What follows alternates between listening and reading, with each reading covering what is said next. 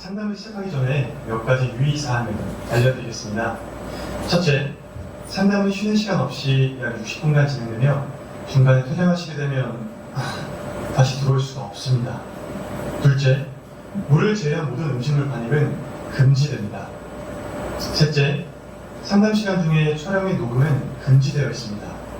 여기 비밀이 아주 많은 공간이니까요. 넷째, 핸드폰을 포함한 모든 전자기기의 전원은 반드시 꺼주시길 바랍니다. 마지막으로 비상 상황 발생 시 들어오셨던 입구로 극장 안내원의 안내를 따라 안전하게 대피 부탁드립니다. 자, 그럼 이제 상담 시작할까요?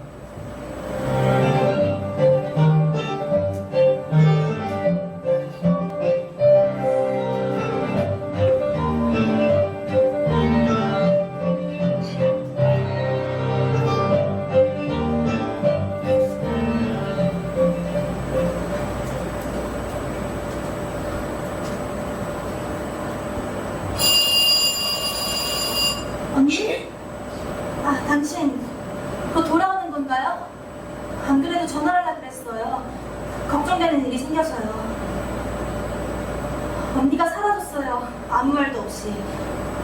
며칠째 연락도 안 되고 보이지도 않아서. 혹시 들은 거 있나요?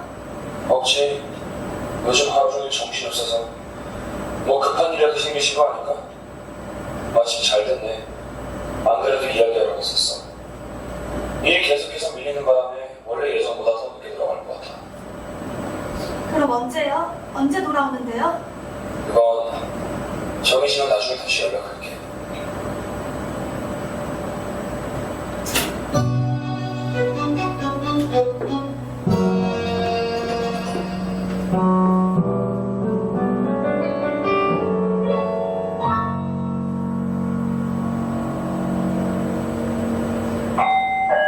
선생님!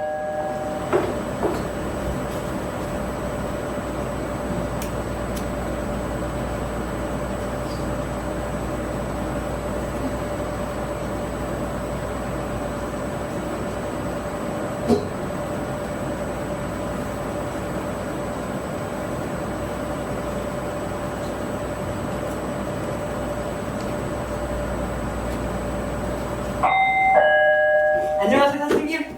우선 이것들부터 받으시고 여기 서명 한 번만.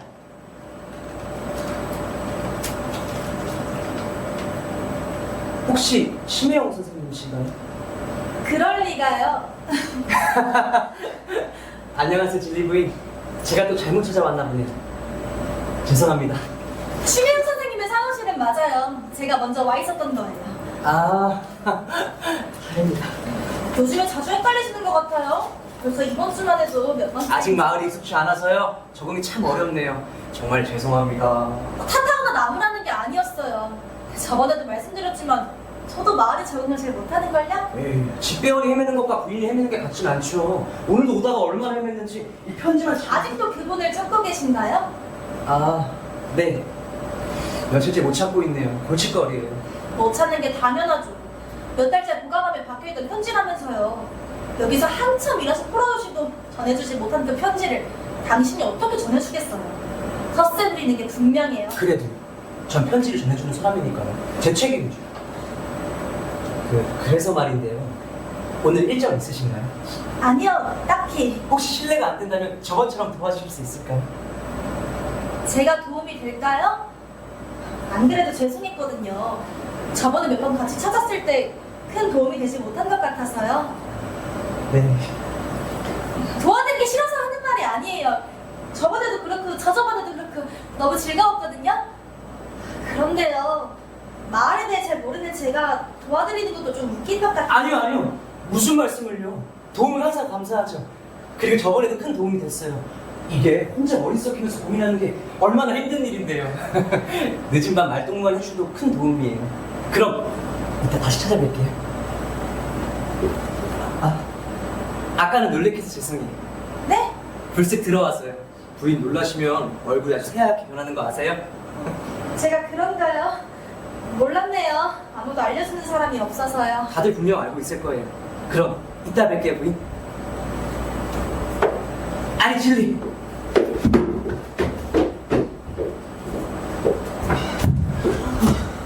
오셨네요. 죄송해요. 오래 기다리셨나요? 앞선 진료가 조금 길어져서요. 아니요, 저도 금방 왔어요. 그런데 진료를 밖에서도 보시나요?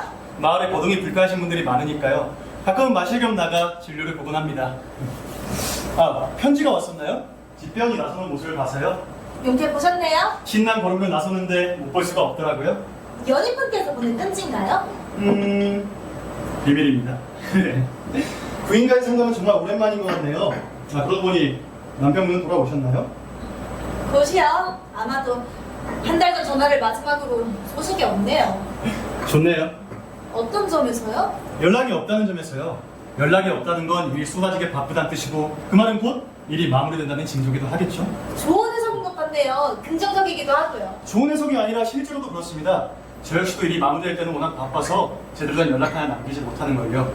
그러니까 연락을 남길 수 있는 것도 초반에, 그러니까 일이 여유로울 때나 할 수 있단 말인 거죠. 그렇다고 할게요.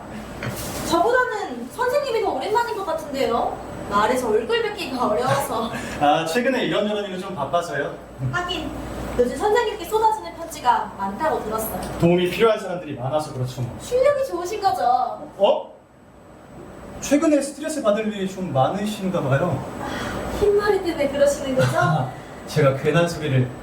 벌써 시간이 이렇게 됐네요. 그럼 상담 시작할까요? 그 전에 뭐 하나만 여쭤봐도 될까요? 그럼요. 언니의 행방을 아시나요? 언니분요? 갑자기 사라졌어요. 글쎄요. 잠시 어딘가로 떠나신 건 아닐까요? 저도 그랬으면 좋겠는데요. 저도 그냥 무슨 급한 일이 생겼나 보다, 잠깐 기분 전환할 겸 여행이라도 떠났나 보다 생각하고 싶은데 한 번도 이렇게 사라진 적이 없었다니까요. 남편에게 비밀로 해도 부모님께 비밀로 해도 세상 모두가 물론 저한테만큼은 이야기를 했었거든요. 혹시 무슨 일이 생긴 건 아니겠죠? 조금 몰려 계신 것 같아요. 그 앙리에트 부인과 연락이 닿지 않은 게 언제부터였나요? 편지는 2주 전에 보냈어요. 조금 늦게 도착했다 그래도 한 일주일 정도 답장이 없는 거겠죠. 조금 더 기다려보시면 어떨까요? 일주일, 아니 한 달 정도 연락이 닿지 않는 건 멀리 떨어져 사는 가족에게는 자연스러운 일이니까요. 정말 급한 일이 생긴 걸 수도 있고 답을 보낼 여력이 없는 걸 수도 있잖아요. 그럼 저한테 이야기를 신혼인 동생에게 부담이 되기 싫으신가 보죠. 아무튼 줄리 부인도 요즘 피곤해 보이세요. 이럴 때일수록 조급해지지 않는 게 좋을 듯해요. 어렵다면 다른 사람한테 도움을 요청하는 것도 좋고요. 제가 도움이 될 수도 있겠네요. 그럼 이제 상담 진행할까요? 네, 좋아요. 요즘은 어떠세요? 뭐늘 비슷하죠. 아무것도 안 해도 피곤하고 몸도 무겁고 자도 자도 잠이 온다니까요. 혹시 임신일 가능성은요? 그거는 아니에요. 그럴 리가 없죠. 네, 아무튼 임신은 아닐 거예요. 알겠습니다. 혹시나 나중에 임신이거나 몸에 변동사항이 생기면 꼭 제게 알려주셔야 합니다. 약의 복용량을 바꿔야 할 수도 있거든요. 약의 종류를 바꿔야 할 수도 있고요. 네, 꼭 말씀드릴게요. 두통은 좀 나아졌나요? 두통은 더 심해졌어요. 주신 약을 먹어도 머리 아픈 게 크게 나아지지 않아요. 혹시 무슨 큰 병에 걸린 걸까요? 결혼한 지 얼마 안 된 신혼부부들이 흔하게 겪는 증상들이에요. 시간이 지나고 결혼 생활에 어느 정도 익숙해지시고 나면 자연스럽게 사라질 거예요. 너무 걱정하지 않으셔도 됩니다. 일단은 제가 다른 약으로 바꿔서 처방해 드릴게요. 이번에 처방해 드린 약 복용해 보시고 좀 더 지켜봅시다. 원치하는 사람과 중매 결혼한 것도 아니고 사랑하는 사람과 결혼을 했는데 왜 이러는 거죠? 원래 중매 결혼하는 사람보다 연애 결혼하는 사람들이 고통과 피로감을 더 많이 호소합니다. 당연한 일이에요. 왜죠? 상대에 대한 기대감도 결혼에 대한 환상도 없는 상태에서 결혼 생활을 시작하니까요. 하지만 연애 결혼의 경우는 다르죠. 연애를 하면서 몰랐던 상대의 모습을 하나씩 알게 되고 행복해가면 할 것 같았던 결혼 생활이 기대에 못 미치는 경우가 아주 많아요. 특히 부인처럼 남편분이 직업상 출장을 오래 가 있는 경우엔 더 그래요. 결혼은 아무래도 현실이니까요. 이 후회나 실망도 자신의 탓이 되어버리니까 더 답답하죠. 누구한테 하소연하려고 해도 자기 얼굴에 침 뱉기라는 생각이 쉽지 않고요. 뭐 그래서 저한테 오시는 분들이 아주 많습니다. 그럼 지금 제가 후회나 실망을 하고 있다는 말씀이세요? 아니요, 그건 아닙니다. 그러니까 저는 그냥 연애 결혼이 그러니까 부인의 상황에서 그런 경우가 조금은 더 많다는 이야기를 하고 싶었을 뿐입니다. 죄송합니다. 아마 제 생각엔 남편분의 길어지는 출장이 두통의 큰 원인이 아닐까. 선생님은 결혼하셨나요? 안 했습니다. 특별한 이유가 있으세요? 결혼에 큰 생각이 아직은 없어서요. 그렇게 어린 나이는 아니시잖아요. 제가 주로 기혼자들을 상담하다 보니 아무래도 좋은 이야기보단 나쁜 이야기를 많이 듣게 되니까요. 그러면은 제 탓도 있는 거네요? 네? 수많은 나쁜 이야기들 중에서 오늘 제가 하나도 못한 거잖아요. 그럼 선생님이 결혼을 안 하시는 데에는 제 몫도 있네요. 듣고 보니 틀린 말은 아닌데요. 죄송해요. 그래도 절대 결혼 안 할 거라거나 그런 비혼주의는 아니에요. 그냥 남들보다 결혼에 대한 욕심이나 환상이 없는 편인 거죠. 그럼 만약에 결혼을 하신다면은 중매 결혼을 하시겠죠? 환상도 기대감도 없는, 그래서 두통도 피로감도 없는. 아마도요. 그렇지만 또 모르는 일이죠. 미래는 제가 알 수가 없으니까요. 그러면요 선생님, 아니에요. 너무 이야기가 다른 쪽으로 새버렸네요. 아무튼 너무 걱정하지 마세요. 나아질 겁니다. 이 마음을 편하게 먹는 게 가장 중요해요. 쉽진 않아도요. 몸이 알게 모르게 긴장하고 있는 것도 크거든요. 환상이나 기대감을 버리고요. 환상이나 기대감을 버리고요. 꿈꿔왔던 걸 버리라고 말할 수도 있겠네요. 이번에는 잘못 짚으신 것 같은데요. 그런가요? 이제 그런 건 익숙해요. 이미 저와 함께한 시간보다 출장을 가 있는 시간이 더 긴걸요? 별 걱정도 없고요. 뭐 자신도 모르게 스트레스가 쌓이는 경우도 있죠. 아니요, 설마요. 그렇게 말씀하시는 거 보니까 뭔가 짚히시는 부분이 있으신가 봅니다. 편하게 말씀해 주세요. 저는 의사기도 하지만 상담사니까요. 누군가의 비밀을 많이 들을 수밖에 없는 위치에 있지만 함부로 말하진 않는걸요. 뭐 문제 해결에 도움이 될 때만 빼면요. 선생님, 네? 아내가 남편을 속이는 일이 흔히 있나요? 아내가 남편을요? 그럴 때 주변 사람이 어떻게 해줘야 하는 거죠? 차라리 남편을 사랑하지 않는다거나 약속대 맹세를 지키지 않는 건 받아들일 수 있어요? 그럴 수 있죠. 하지만 어떻게 다른 사람을 사랑할 수가 있죠? 그것도 남편 몰래? 그걸 어떻게 숨기라고 할 수가 있냐고요? 잠시만요. 무슨 일이 있으셨나요? 환자분이 남편분을 속이신 건가요? 아니요, 저는 그런 짓 안 해요. 그럼요. 제가 아니라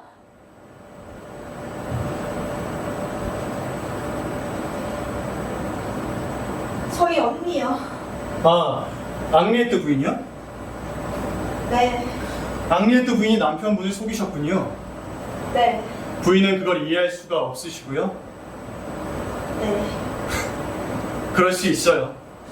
그리고 앙리에트 부인도 그럴 수 있고요. 그럴 수 없어요. 아무리 완벽해 보이는 사람이라도 인간적인 면모는 있는걸요. 그게 참 재미있는 부분이기도 하고요. 앙리에트 부인이 남편분을 속였다는 건 어떻게 알게 되신 건가요? 몇 달 전에 언니를 만났어요. 그것도 꽤 오래전이지만요. 근데 처음엔 너무나도 반가웠죠. 언니가 이야기 중간중간 이상한 말을 해줘요. 아니 그땐 이상한 말이라고 생각조차 못했어요. 근데 이야기를 하던 도중 이상한 것들이 눈에 들어오더라고요. 어떤 이상한 것들이요? 언니 관자놀이 근처에 있는 흰머리를 발견했어요. 그것도 주가닥이나. 줄리, 언니? 이게 얼마만이야? 왜 이래? 한 달밖에 안 지났어. 그래도 고작 한 달인데 집 분위기는 완전히 달라졌네? 여긴 어때? 적응 중이야. 언니는? 가게가 새로워? 조금은 새롭네. 여행을 다녀서 그런가? 떠난 지 얼마나 됐다고.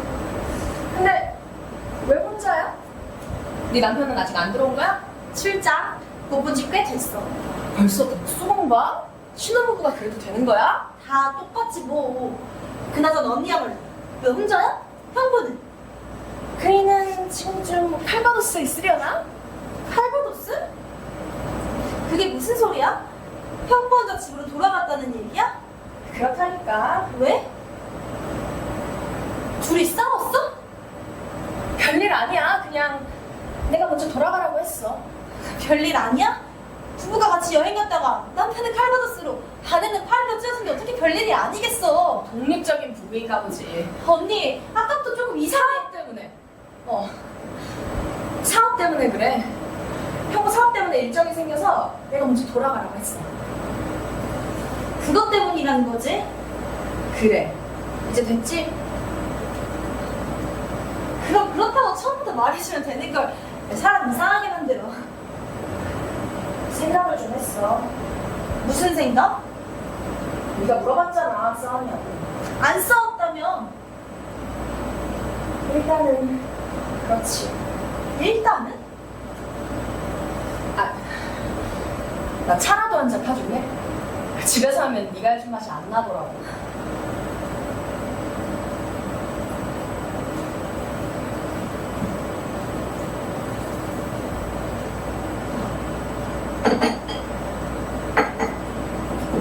말해봐봐. 형부랑 무슨 문제라도 있는 거야? 너는 남편이랑 연락은 잘 주고 받아? 나 말고 언니 먼저. 언니 이게 뭐야? 대체 어떻게 된 거야? 왜 그래? 무슨 일이 있었던 거야? 대체 언제부터 대체 어쩌다가? 불안하게 왜 그래? 흰머리가 났잖아. 뭐 흰머리? 그래 흰머리. 언니 알고 있었어? 파파 할머니 다 된 거지 뭐. 장난치지 말고 똑바로 얘기해. 흰머리는 모두가 가지고 있는 거잖아. 뭐 당장 밑집 아주머니, 저기 길 건너 할머니까지 다들 있는 거잖아. 그치만 언니는 이제 고작 30살이잖아. 어머 정말 벌써 내가 세월 진짜 빠르다. 언제 그렇게 됐어? 언니는 이제 고작 30살인데. 그리고 우리 집 여자들은 완전히 늙기 전까지 흰머리 같은 거 안 났어. 주름이 자글자글해지고 나서 그제서야 한 가닥 났지. 엄마도 그렇고 이모들도 내가 그걸 모를까? 아까도 말씀드리려고 했지만 흰머리가 생기면 그렇게 놀랄 일이 아닌데요. 아주 당연한 일이죠. 노화의 자연스러운 노아요. 저희 언니는 이제 고작 30살이라고요. 꼭 노화가 아니더라도 유전적인 요인이 저희 가족들도 흰머리가 잘 나지 않아요. 저희 부모님도 이제 한두 가닥 나기 시작하시는걸요? 그치만 언니에게 흰머리가 났다는 거 정말 말도 안 되는 일이에요. 그럼 부인의 흰머리는요?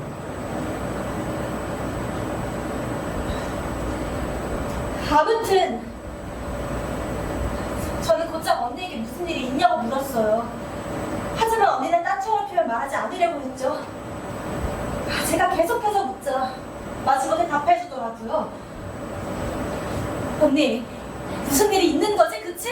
이게 뭐가 있다고? 형부랑 언니랑 여행 가기 전에 분명히 이런 거 없었는데. 그럼 하나잖아. 여행 도중에 잘하는 거야. 내 말 맞지? 요 그 중에 두통이 스위스에서 무슨 일이 있었던 거구나. 그럼 설마 형부가 속썩이는구나. 그렇지. 나한테 말해줄래? 그냥 약간의 문제가 생긴 무슨 거야. 문제? 내가 이럴 줄 알았어. 도대체 무슨 일이야? 형부가 뭐라도 했어? 바람이라도 폈어? 이제 언니가 싫대? 아니 뭐 도박이라도 터졌나? 그리고는 언니 혼자 두고 집으로 돌아간 거지? 내가 언니 혼자 왔을 때부터 뭔가 이상하다 싶었어. 세상에 언니가 그 사람한테 얼마나 헌신했는데 어떻게 그런 거 아니야? 뭐? 그가 아니라고. 죄를 지은 사람이. 그럼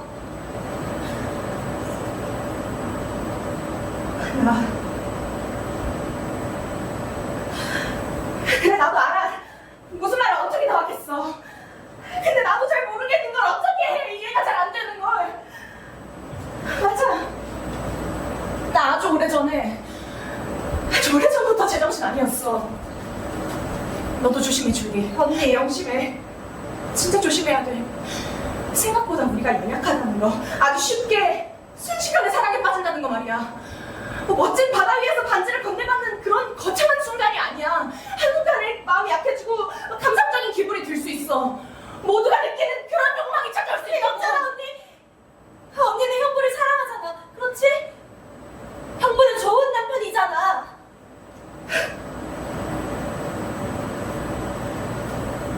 그래 줄리. 너는 내 남편을 잘 알지. 또 내가 그를 얼마나 사랑하는지도. 네 말이 맞아. 멋진 사람이지. 한결같고 사리분별 명확하고 죽을 정도로 합리적인 사람이야. 그래서 그는 부드러운 내 마음을 이해하지 못해. 아마도 평생 무슨 말을 하고 싶은 거야? 난 그대로야. 한결같다고. 선한 얼굴에 미소를 띠고 친절하게 굴고 보통 사람이라면 화가 날 법한 어떤 상황에서도 완벽한 태도를 유지해. 신사다운 태도 말이야. 그건 모든 여성들이 바라는 이상적인 남편의 모습이야. 아마도 그러니까 그게 문제라는 거야.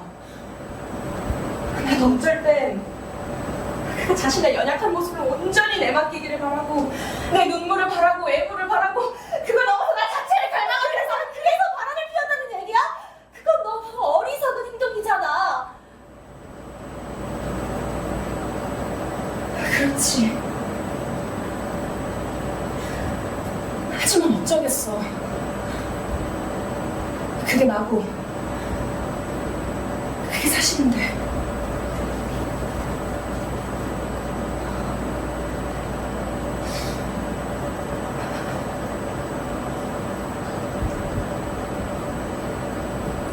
언니, 무슨 일이 있었던 거야? 솔직히 난 한 달 동안 여행 기간 동안 또 다른 누군가를 사랑하는 게 가능한지 잘 모르겠어. 맞아, 한 달. 그 사람과 여행한 한 달 내내 나는 그의 냉정한 무관심 때문에 어떠한 감흥과 흥분도 느끼지 못했어. 그렇게 무의미한 날들을 보내다가 어느 날 해가 뜰 무렵 우리는 언덕을 천천히 걸어 내려가고 있었어. 그리고 강 얼마나 아름다웠는지 몰라. 이 경치가 이 순간이 너무 황홀해서 나도 모르게 그이에게 말했어. 여보, 너무 아름다운 풍경이에요. 있잖아요. 나 좀 안아줄래요? 근데 미영 오빠 뭐라 그러는 줄 알아? 뭐라 그랬는데? 경치가 아름다운 게 황홀할 이유가 돼요?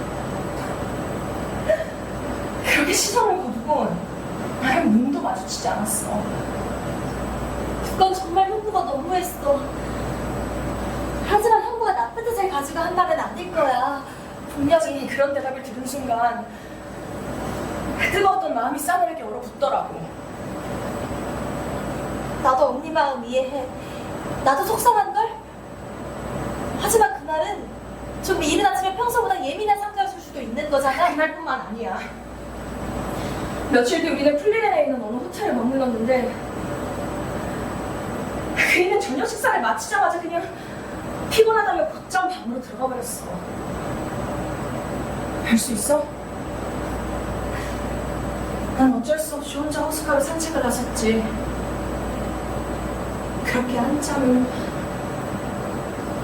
호수만 바라보고 있는데 갑자기 이상한 감정이 올라오는 거야. 이상한 감정? 아마도 채워지지 못한 사랑에 대한 욕구, 단조로운 일생에 대한 반발이었을지도 모르겠어. 의심이 생겼어.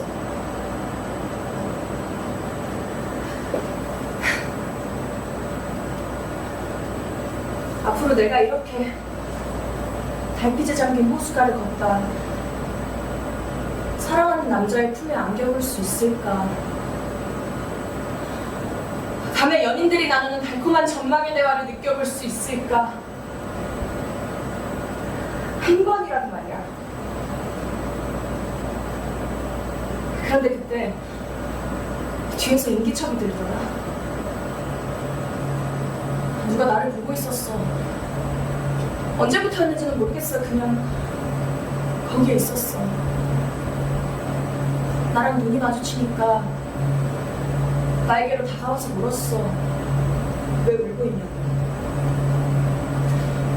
여행 도중에 여러 번 마주쳤던 사람이었지. 그가 보내던 시선들도 알고 있어.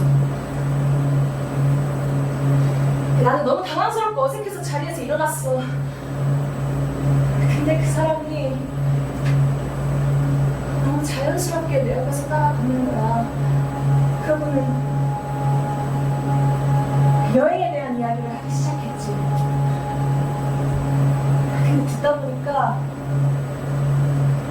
그 사람도 나랑 똑같이 느낀 거야. 내가 여행 중에 보고 느꼈던 것들, 감동받았던 것들, 혹은 꿈꿔왔던 것들. 어쩌면 그 사람은 나보다 더 잘 이해하고 있었던 것 같아.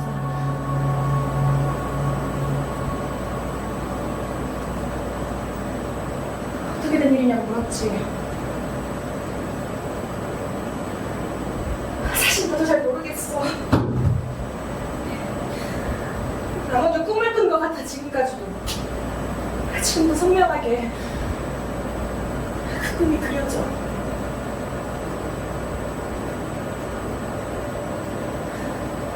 그래서 앞으로도 그 사람을 계속 만나려고?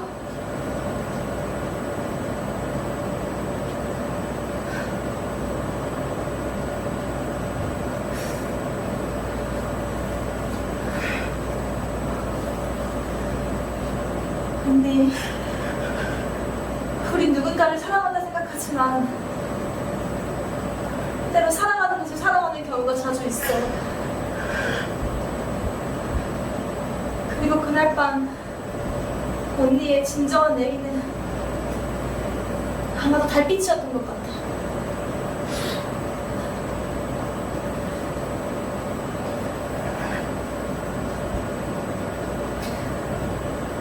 이야기가 길어졌네. 시간이 벌써 늦었어.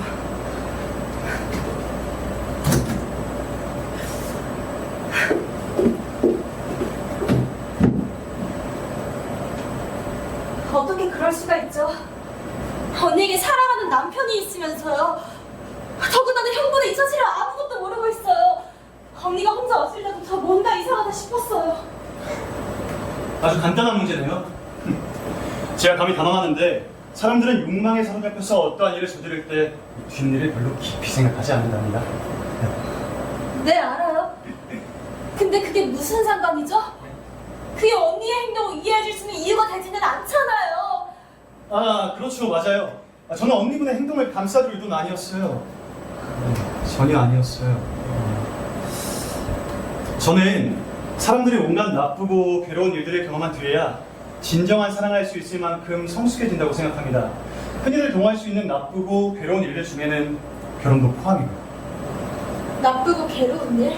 어떤 한 사람의 말에 따르면 결혼이란 낮에는 나쁜 기분을 나누고 밤에는 나쁜 냄새를 나누는 것이라고 하더군요.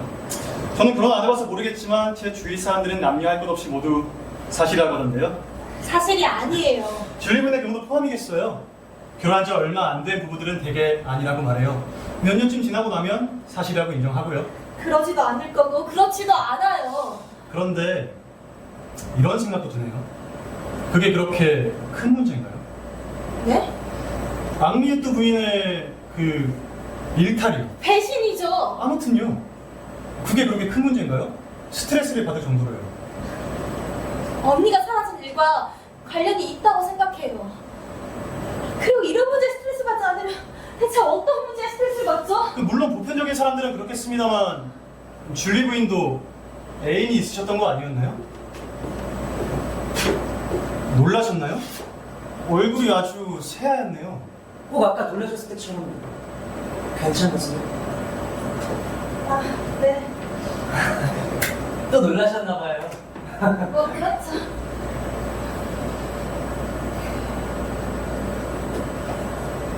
있잖아요. 곧 찾을 수 있을지도 몰라요. 르라이브를 보일 때. 제가 조금 전에 엄청난 힌트를 듣고 왔거든요. 들어보시겠어요?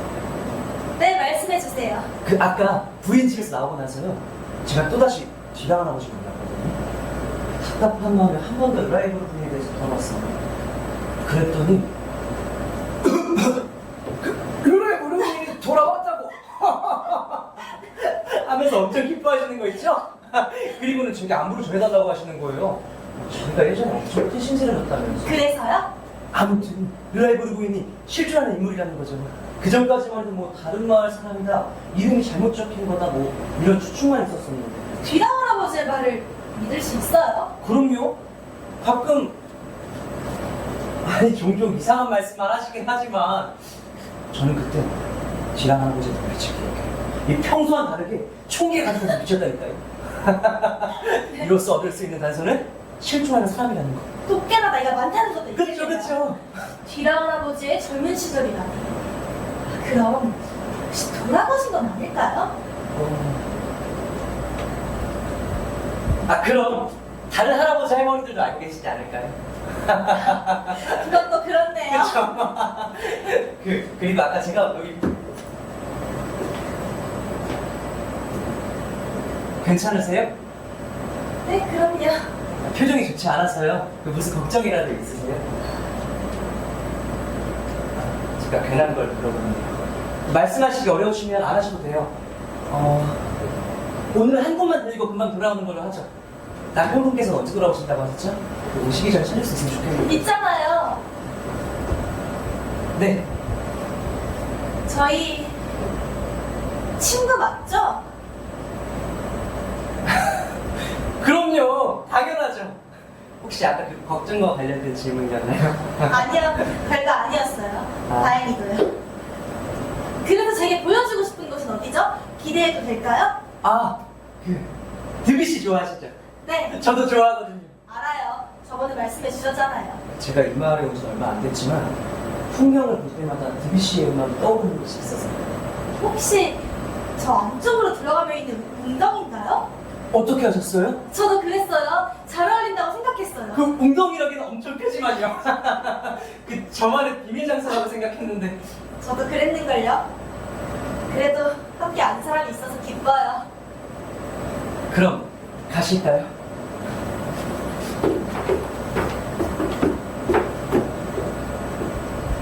그걸 다 보고 계셨나요? 보이러 본 건 아닙니다.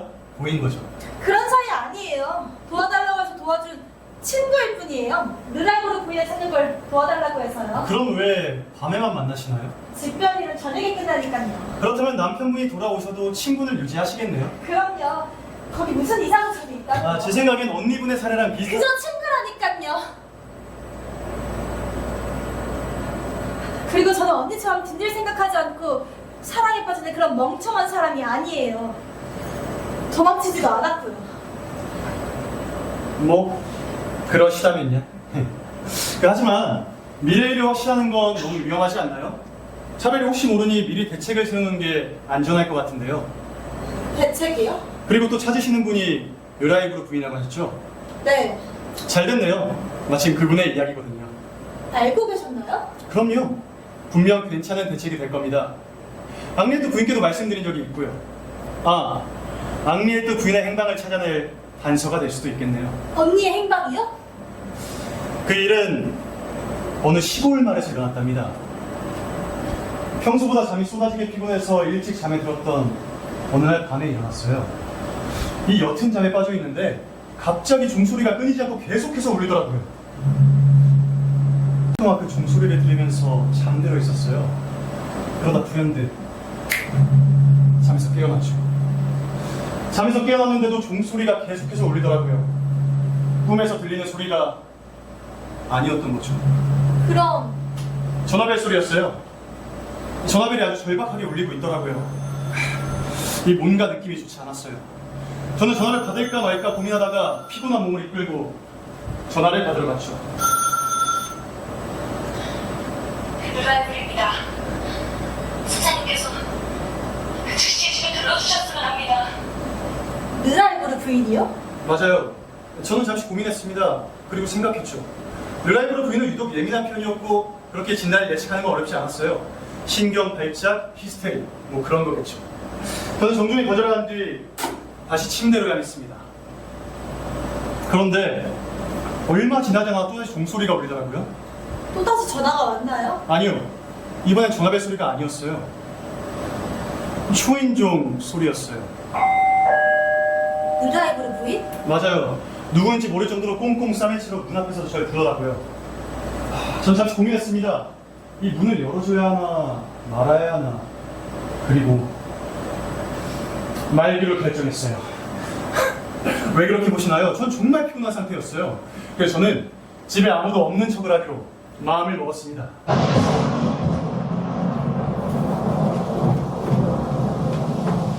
그리고 얼마 지나지 않아 발소리가 들렸고 저는 안도하며 불을 켰어요.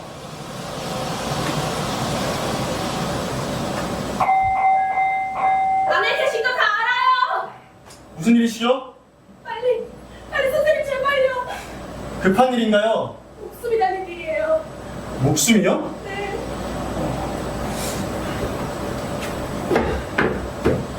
일단 들어오세요. 들어와서 자세하게 얘기하시죠.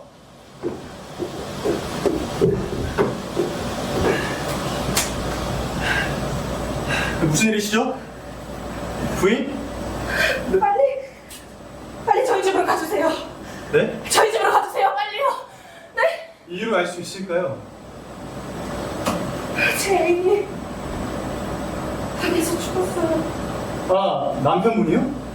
아니요, 애인이요. 그리고 제 남편이 곧 모임에서 돌아올 거예요. 이게 무슨... 지금은 아무도 몰라요. 빨리 가야 돼요. 시간이 없어요. 선생님. 정말 아무도 모르는 게 맞나요? 선생님, 제가 얼마나 고통스러운지 모르시겠죠? 모르실 거예요. 진작도 안 되고요. 저는 그 사람을 진심으로 사랑했어요. 반대쪽부터 정말 미친 듯이요. 이 사람이라면 남편분을 말씀하시는 건가요? 아니면 애인이겠죠? 지금 빨리 가야 돼요. 더는 늦으면 안 돼요. 곧 남편이 돌아올 거예요. 드라이브로 부인은 앞장서 나갔고 저는 부인의 뒤를 쫓아갔습니다. 부인의 집 앞에 도착했을 때 모든 방에 불이 꺼져 있었죠.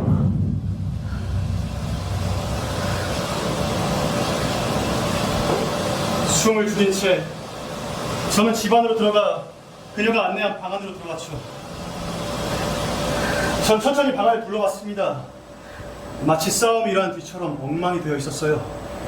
침대는 주름 잡히고 흠집 나 있고 부서지고 이 방 안에 진동하는 향수와 식초가 섞인 기묘한 냄새 짐작해보건대 부인은 혼자서 어떻게든 처리해보기 위해서 애를 썼던 것 같았어요. 일단 저는 그 남자에게 다가가서 그를 살펴보고 만져봤습니다. 이 눈꺼풀을 뒤집어보고 손을 만져봤어요. 그리고 그의 심장을 청진했습니다. 혹시나 싶어서요. 당연히 아무 소리도 들리지 않았죠. 안 돼요, 선생님. 도와주세요, 제발요. 저는 딱딱하게 굳어가는 그의 몸에 옷가지를 끼워넣기 시작했습니다. 양말을 신기고 바지를 입히고 속옷을 입히고 여기까지 어렵지 않았습니다. 그 다음부터가 문제더군요. 셔츠, 조끼, 그리고 겉옷 이미 딱딱하게 굳어버린 그의 몸에 더 이상 옷가지를 구겨 넣을 수가 없더라고요. 무슨 문제가 있나요? 아니요 부인, 더 이상은 못할 것 같습니다. 아이스지만 옷을 다 입히지 못하겠어요. 이때 저는 왜 저를 더 일찍 부르지 않았는가 말이 혀끝에서 맴돌았지만 뱉을 수가 없었죠. 부인, 이미 딱딱하게 굳어버렸어요. 조금만 더 일찍 올걸 그랬네요. 조금만 지나면 남편이 올 거예요. 어떡하죠? 네? 일단 침착하세요.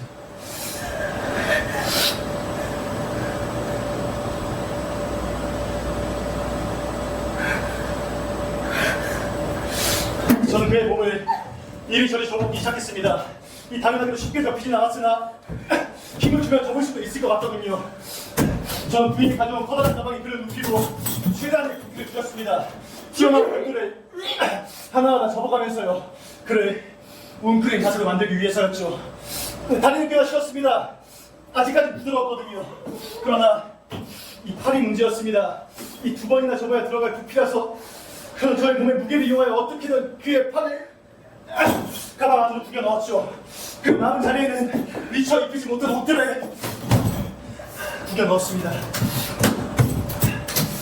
이사님, 이 자켓은 어떡하죠?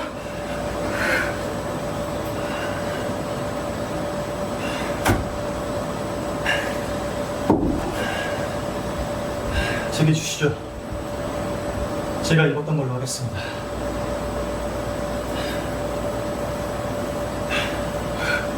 그렇게 그를 요람에 들어가 아기처럼 만들어두자 그녀는 가방 틈 사이로 남자를 쓰다듬기 시작했어요. 이 푹 숙인 얼굴 어디를 만진지 모르겠지만 괜스레 머리를 헝클어뜨리기도 하고요.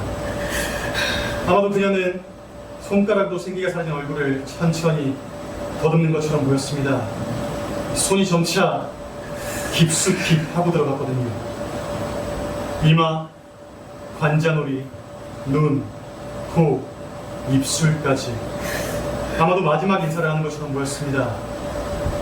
그리고 그녀는 가방 틈 사이로 입을 가까이 가져갔어요. 잘 가요, 자기. 잘 가요. 부인이 10번째 인사를 내뱉을 때 어디선가 종소리가 들렸죠.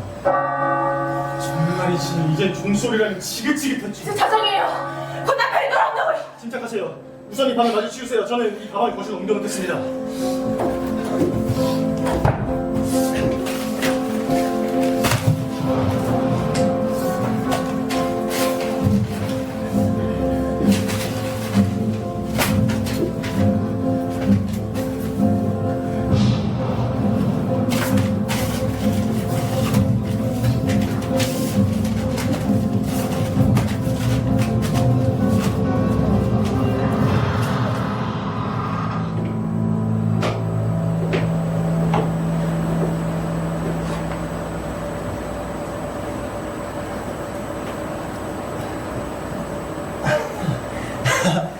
안녕하세요. 이거 참 난처하네요. 집주인분께서 오시다니. 부인분께서 아프다고 하셔서 제가 급하게 찾아왔는데요. 고열에 다양한 탈수 증상까지 동반하는 걸 보니 식중독이 아닐까 합니다. 날씨가 워낙 날씨인지라요. 이 비가 많이 와 습하기도 하고요. 그래도 급한 불은 껐습니다. 응급처치를 했다는 말입니다.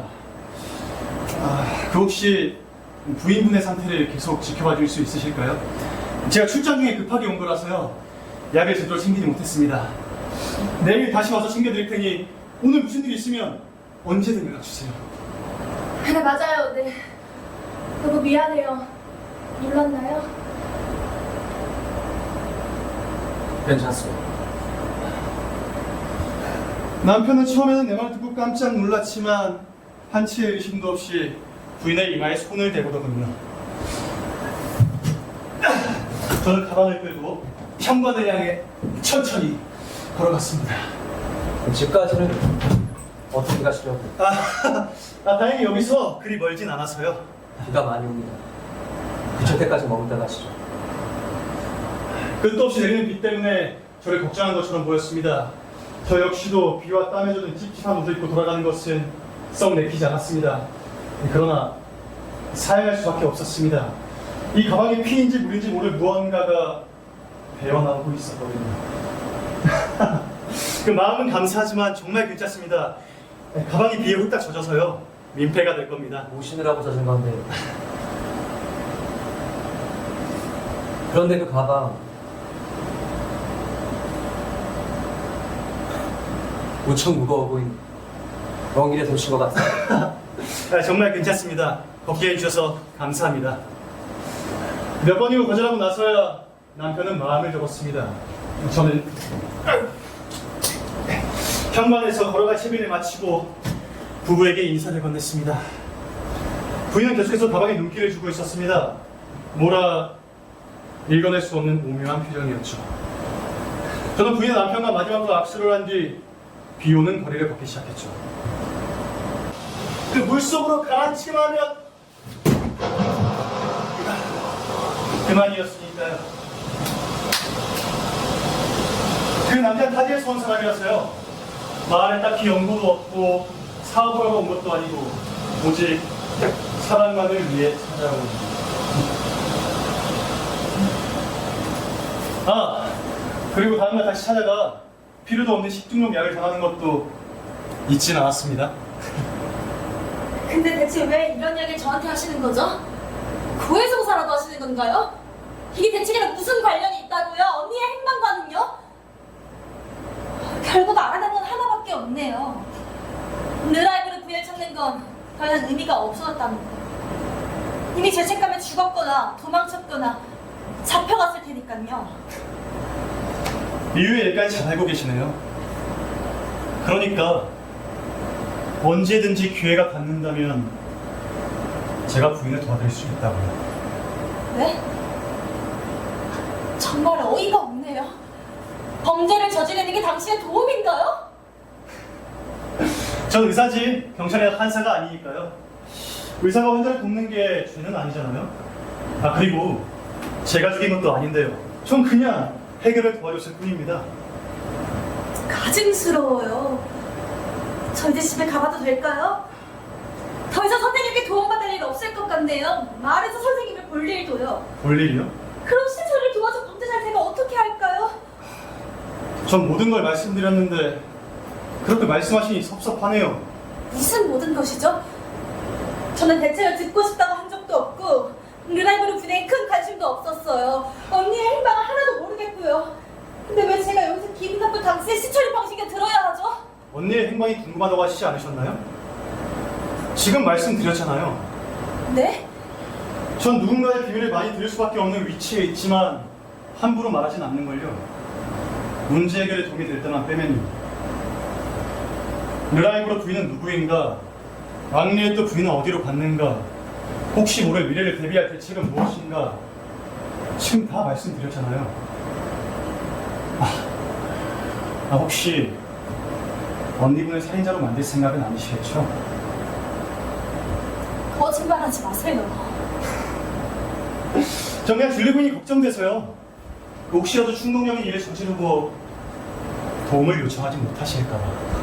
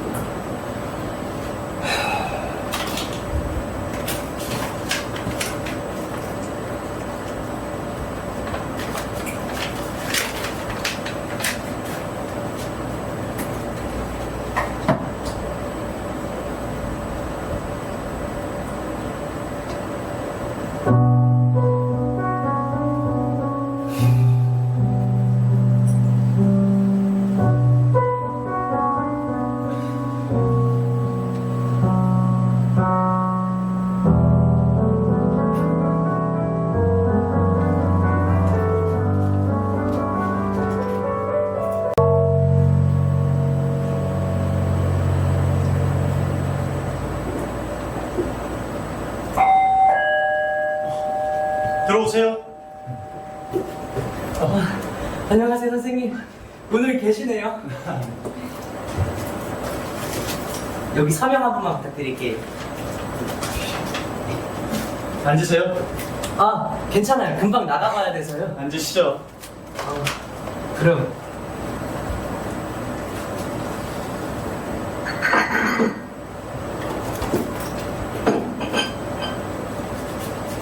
선생님께서는 편지를 참 많이 받으시는 것 같아요. 이상한가요? 아니요? 의사지만 상담사잖아요. 아, 감사합니다. 자신의 비밀스러운 이야기를 이야기하기엔 전화보다 편지가 더 익숙하니까요, 사람들에게. 바로바로 튀어나오는 말보단 글이 더 자기를 포장하기 좋고요. 확실히 그럴 수도 있겠네요. 아무튼 기다렸어요. 선생님께 갈 편지가 잔뜩 밀려 있었다고요. 기분이 좋아 보이시네요? 아, 네. 친구한테서 초대를 받았거든요. 고칠 수 없던 일이 해결된 길입니다. 아, 드디어 찾으신 건가요? 어떤 걸요? 르라이브로 부인이요. 제가 말씀드린 적이 있었나요? 상담사잖아요. 진작 여쭤볼 걸 그랬네요. 한참 찾아다녔거든요. 뭐, 찾은 건 아니지만 비슷한 거죠. 비슷한 거요? 이 마을에 돌아올 일 없을 거라고 얘기 들었어요.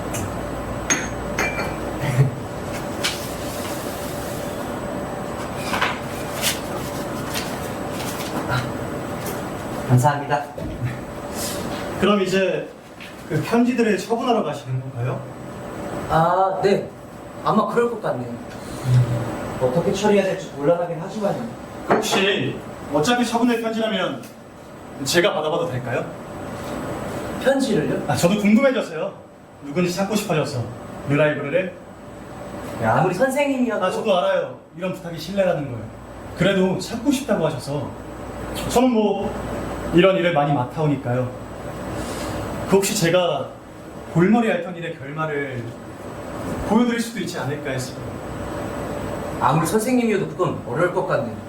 선생님이 말씀하신 대로 비밀스러운 이야기가 잔뜩 적혀 있으니까요.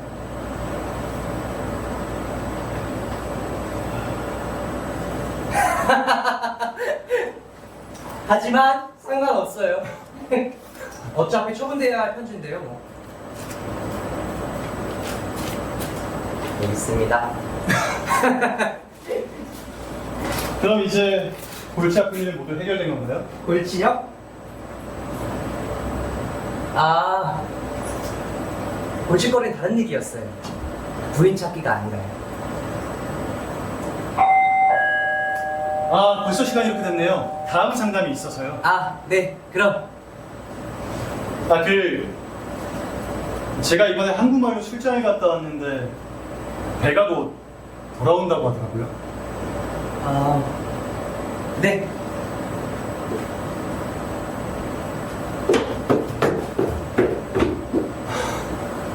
깜짝 놀랐네요. 어떻게 여행 잘 다녀오셨나요? 말도 없이 떠나서 놀랐어요. 섭섭하기도 하고. 이렇게 보니 동생과 참 많이 닮으셨네요. 근데 무슨 일로 부르신 거예요? 여쭤볼 게 있어서요. 마지막 상담 약속만 하면 못했지 않아요. 상담이요? 부인한테 필요 없을지 모르겠지만 제겐 귀중한 일이랍니다. 그날 이후 곰곰이 생각을 해봤는데요. 풀리지 않는 게 있어서요. 이 답답한 마음에 잠을 못 자고 있어요, 며칠째. 그리고 또 워낙 특이한 케이스라 적어놓고 싶답니다. 물론 가명으로요.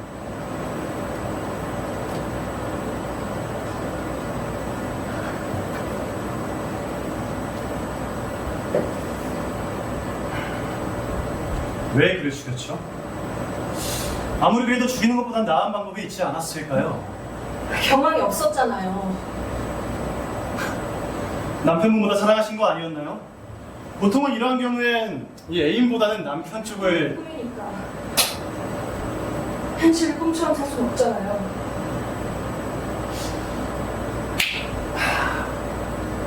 모든 걸 버리기엔 두려우셨나 봐요.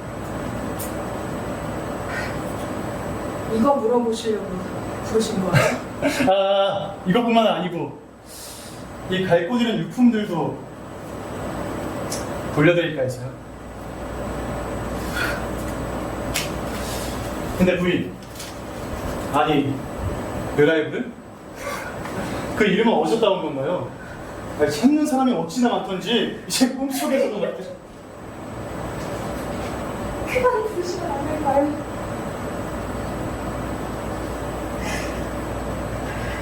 근데 뭘 말하시는 거예요? 이거 끝난 일이잖아요, 선생님. 제발, 제발.